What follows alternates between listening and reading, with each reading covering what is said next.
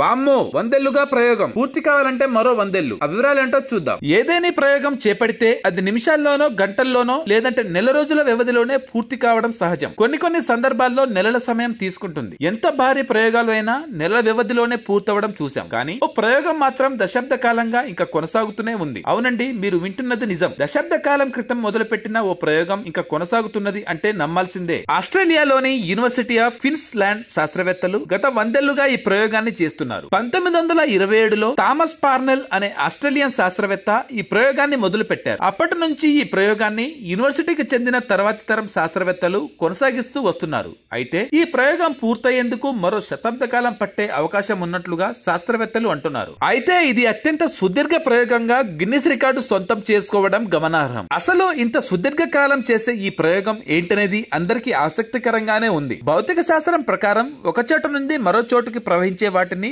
Fluids అంటుంటారు. వీటిలో వాయువులు మొదలు ద్రవాల వరకు అనేకంగా ఉంటాయి. ప్రపంచంలో అత్యంత చిక్కనైన ఫ్లూయిడ్ గా పేరుగాంచిన పీచ్ అనే పదార్థం, ఈ పదార్థం పైనే పార్నెల్ ఈ ప్రయోగం ప్రారంభించారు. చమురును శుద్ధి చేసే క్రమంలో ఉత్పత్తి అయ్యే టార్ నుంచి ఈ ద్రవాన్ని తయారు చేస్తుంటారు. ఫ్లూయిడ్స్ కు ఉండే విస్కాసిటీతో పాటు ఇతర భౌతిక గుణాలను ముదింపు చేయాలని థామస్ ఈ ప్రయోగాన్ని ప్రారంభించారు. ఇంతకే ఈ ప్రయోగాన్ని ఎలా చేశారో కూడా తెలుసుకుందాం. ఇందులో ముందుగా పీచ్ ను ఓ గాజు గొట్టంలో పోశారు. పన్నెల్ చివర ఉన్న సన్నని గొట్టం నుంచి బొట్లు బొట్లుగా కారే పీచ్ ను పరిశీలించి దాని భౌతిక గుణాలను కొలవాలి అనేది ఈ ప్రయోగం యొక్క ముఖ్య లక్షణం. అయితే ప్రపంచంలోనే ఇది అత్యంత చిక్కటి ద్రవం కావడంతో పన్నెల్ నుంచి తొలిబొట్టు పడేందుకు ఏకంగా 8 ఏళ్లు పట్టిందట. ఆ తర్వాత మరో 5 డ్రాప్స్ పడేందుకు మరో 40 ఏళ్లు పట్టింది. థామస్ పర్నెల్ తర్వాత జాన్ మెయిన్ స్టోన్ ఈ ప్రయోగాన్ని కంటిన్యూ చేశారు. ఆయన తర్వాత ఇతర శాస్త్రవేత్తలు ఈ బాధ్యతను భుజానికి ఎత్తుకున్నారు. అయితే ఈ ప్రయోగం ప్రారంభించి 100 ఏళ్లు గడుస్తున్నా ఇప్పటి వరకు పన్నెల్లో 9 చుక్కలు మాత్రమే కిందికి కారాయి. దీన్ని బట్టి అర్థం చేసుకోవచ్చు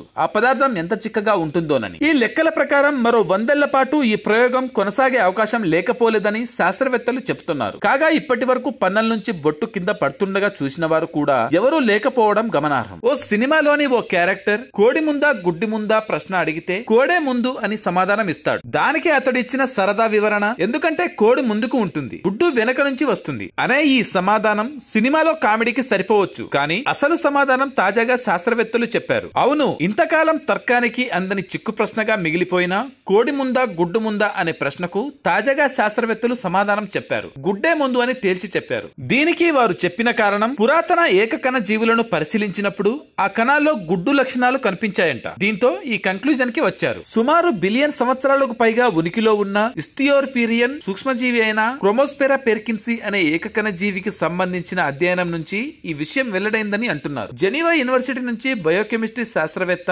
మెరెన్ ఒలివెట్ట నేతృత్వంలోని బృందం ఈ పరిశోధన చేసింది. ఈ పరిశోధనలో క్రోమోస్పెరా పెర్కిన్సీ జంతుపిండం అభివృద్ధికి అద్భుతమైన రీతిలో పునరుత్పత్తి చేస్తుందని గమనించారంట. ఈ క్రమంలోనే జంతువుల పరిణామానికి ముందు గుడ్డు అభివృద్ధి చెందుతుందని చెబుతున్నారు.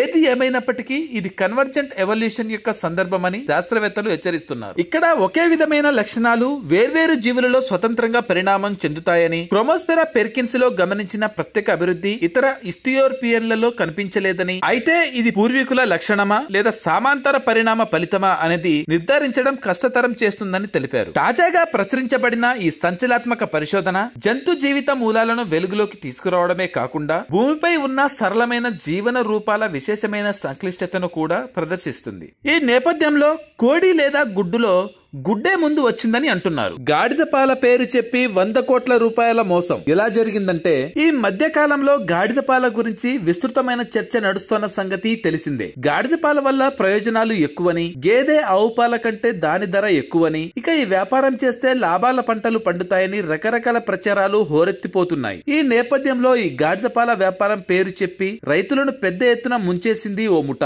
అవును, మార్కెట్ లో గాడిద పాలకు ఫుల్ డిమాండ్ ఉందని చెబుతూ దాన్ని ఆసరా చేసుకుని భారీ లాభాలు ఆశ చూపుతూ ఔత్సాహిక రైతులను నమ్మించి మోసం చేసింది తమిళనాడుకు చెందిన ఓ ముఠ. ఈ క్రమంలో తెలుగు రాష్ట్రాల్లో ఈ కుంభకోణం వెలుగు చూసింది. సుమారు 100 కోట్ల రూపాయలకు మేర దగా అని అంటున్నారు. వివరాల్లోకి వెళ్తే, కోవిడ్ నేపథ్యంలో రోగ నిరోధక శక్తి ఇచ్చే గాడిద పాలకు డిమాండ్ ఉందంటూ సోషల్ మీడియాలో ప్రచారం చేయడంతో కొంతమంది ఔత్సాహికులైన రైతులు చెన్నైలోని డాంకీ ప్యాలెస్ ఫ్రాంచైజ్ గ్రూపులను సంప్రదించారంట. దీంతో ఈ వ్యాపారంలో అద్భుతమైన లాభాలు అంటూ వీరికి భరోసా కల్పించారంట ఆ గ్రూప్ సభ్యులు. ఈ సమయంలో డాంకీ ప్యాలెస్ మిస్టర్ బాబు ఉలుగనాథ్ ఆధ్వర్యంలో బాలాజీ, గిరిసుందరం, డాక్టర్ రమేష్, సోనిక బృందం ఒక్కో రైతు నుంచి సెక్యూరిటీ డిపాజిట్ కింద 5 లక్షల రూపాయలు తీసుకున్నారని అంటున్నారు. ఈ సమయంలో ఒక్కో పాడి గాడిదను 80,000 నుంచి 1,50,000 రూపాయల చొప్పున రైతులకు విక్రయించారంట. ఈ సమయంలో ఆ గాడిదల నుంచి ఉత్పత్తి అయిన పాలను లీటరుకు 1,600 రూపాయల చొప్పున తీసుకునేలా ఒప్పందం చేసుకున్నారంట. ఈ క్రమంలో రైతులకు నమ్మకం కలిగేలా 3 నెలల పాటు డబ్బులు కరెక్ట్ గా చెల్లించారని అంటున్నారు. అయితే గత 18 నెలలుగా సరఫరా చేసిన పాలకు డబ్బులు, సిబ్బంది జీతాలు,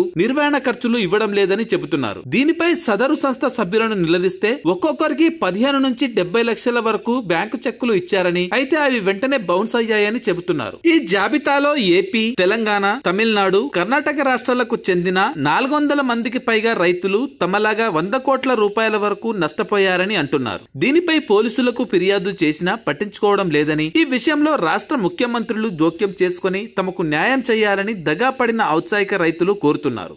ఈ మేరకు హైదరాబాద్ లోని సోమాజిగూడ ప్రెస్ క్లబ్ లో మీడియా సమావేశం ఏర్పాటు చేసి తమ గోడు వెళ్లబుచ్చుకున్నారు. సోషల్ మీడియాలో అభ్యంతరకర పోస్టులు పెడుతున్న వారిపై ప్రభుత్వాలు కఠిన చర్యలకు ఉపక్రమిస్తున్న సంగతి తెలిసిందే. ఇందులో భాగంగా ఇప్పటికే ఏపీ సర్కార్ ఈ వ్యవహారంపై స్ట్రాంగ్ యాక్షన్ కి దిగుతుండగా, ఈ విషయంలో టాప్ ప్లేస్ లో ఉన్న హైదరాబాద్ లోను పోలీసులు సీరియస్ గా స్పందిస్తున్నారు. ఈ నేపథ్యంలో స్మాష్ ను తెరపైకి తీసుకొచ్చారు. అవును, సోషల్ మీడియాలో తప్పుడు ప్రచారం చేసి విభేదాలు సృష్టిస్తున్న ఘటనలు హైదరాబాద్ లోనే ఎక్కువగా నమోదవుతున్నట్లు జాతీయ నేర గణాంక సంస్థ 2022 వెల్లడించింది. దేశంలోని 19 మెట్రో నగరాల్లో హైదరాబాద్ తొలి స్థానంలో నిలిచిందని తెలిపింది. 2022లో 94 కేసులు నమోదు కాగా ఈ ఏడాది 20 నమోదైనట్లు చెబుతున్నారు. ఇలా సిటీలో సోషల్ మీడియాలో తప్పుడు పోస్టులు పెట్టడాలు, వాటిలో కొన్ని వర్గాల మధ్య వివాదాలకు దారి తీస్తుండటంతో హైదరాబాద్ ప్రత్యేకంగా ఓ విభాగాన్ని ప్రారంభించింది. ఇందులో భాగంగా సోషల్ మీడియాలో వివాదాస్పద పోస్టులను గుర్తించి తగిన చర్యలు తీసుకునేలా social media action squad of Hyderabad విభాగాన్ని ఏర్పాటు చేశారు. కాగా